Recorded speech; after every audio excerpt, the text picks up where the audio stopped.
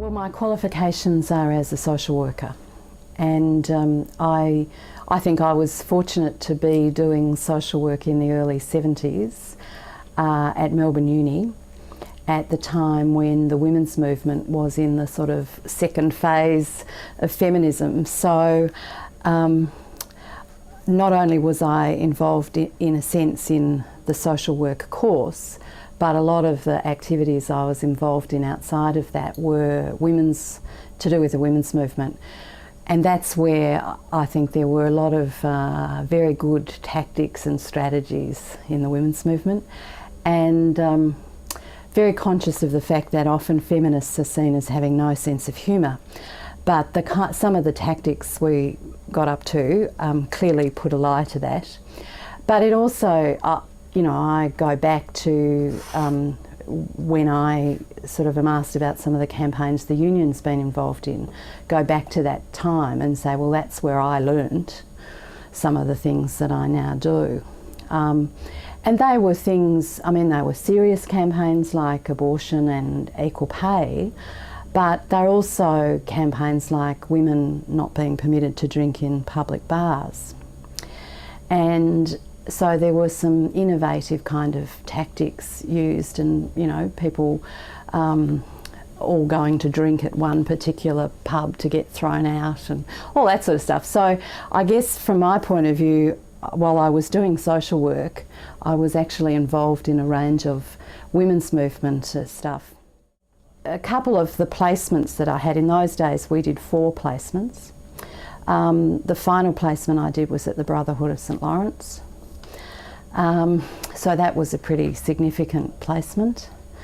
The third placement was actually at a mental health clinic, and that's where I in fact got my first job. So I was offered a job in the clinic, and this was this was in inner city Melbourne. The Clarendon Clinic was based in East Melbourne, but it was responsible for Fitzroy, Collingwood and Richmond, which are very inner city Melbourne.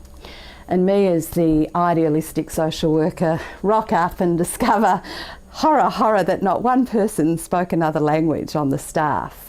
So I went down to the Richmond Community Education Centre, enrolled myself in Greek and lasted one session and thought, maybe I won't, I'll just do something else in terms of trying to be a good social worker, community worker. But the reason I use that example of Clarendon Clinic, because it was at the time when there was a huge move to having a community focus on services, and Clarendon Clinic was very conscious of the fact it was a standard mental health clinic. But at that time in Melbourne there was a community health centre in Collingwood, there was a community health centre in Richmond, and in Fitzroy, which was dominated by St Vincent's Hospital, the community health centre was a Catholic health centre attached to the hospital called the DePaul Centre.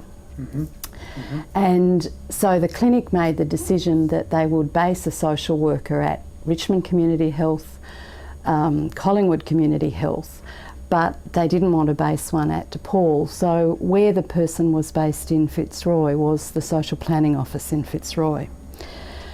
And that was me. That was the Shire? That was run by the local council. And Fitzroy at that stage, Brunswick Street, Fitzroy, Brunswick Street is now very trendy restaurants, but in those days you had Brunswick Street. On one side there were the Housing Commission flats with the Fitzroy Legal Service underneath them. That and Redfern were the 2 community legal centres. You had the Brotherhood of St Lawrence, you had community childcare, which was, still going in a sense as NACBACS, the National Association of Community Based, but at that stage it was very much Victorian focused community childcare. And then you had the social planning office. And the social planning office was the council's contribution to community planning in lots of ways, but it also had a particular focus on aged care and early childhood services. So they had staff at the social planning office involved in that. And so I was based there as the social worker from the mental health clinic, but given a brief to do community work. And that involved an amazing range of things, and with experienced and tremendous people like Jenny Wills, who was the social planning officer at the time.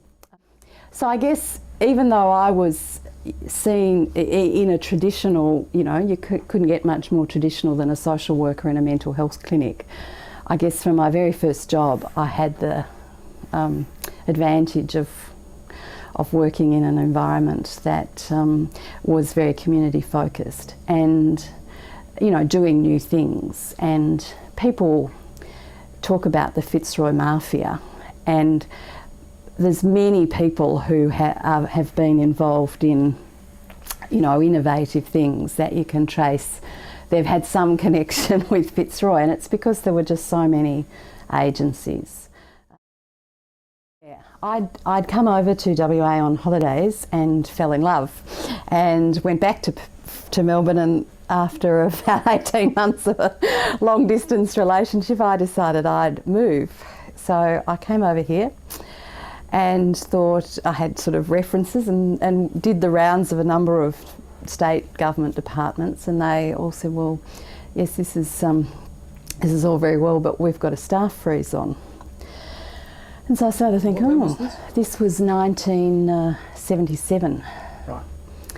And so I thought, maybe this won't be as easy as I thought it would be to kind of walk into a job. And there certainly weren't very many councils with much of a sort of social work or let alone community kind of perspective. Fremantle was really the only council that was doing a lot of stuff.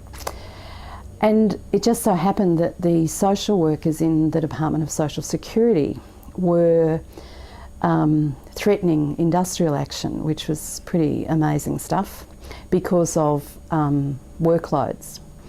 And the outcome of the concerns they were raising was the department agreed to create a position on their main public inquiry counter in 200 St George's Terrace, or 220 or whatever it was. That was before they had regional offices. They had a couple, I think. So everyone used to come into this main inquiry counter in St George's Terrace. And so they agreed to create this position. And it just so happened, I fronted up, spoke to the supervisor, the social work supervisor, Karina Green, and she said, well, yeah, we've got this position, but no one wants it. I said, well, I've been working in Fitzroy. I reckon this is, yes. So the interview lasted about 10 minutes.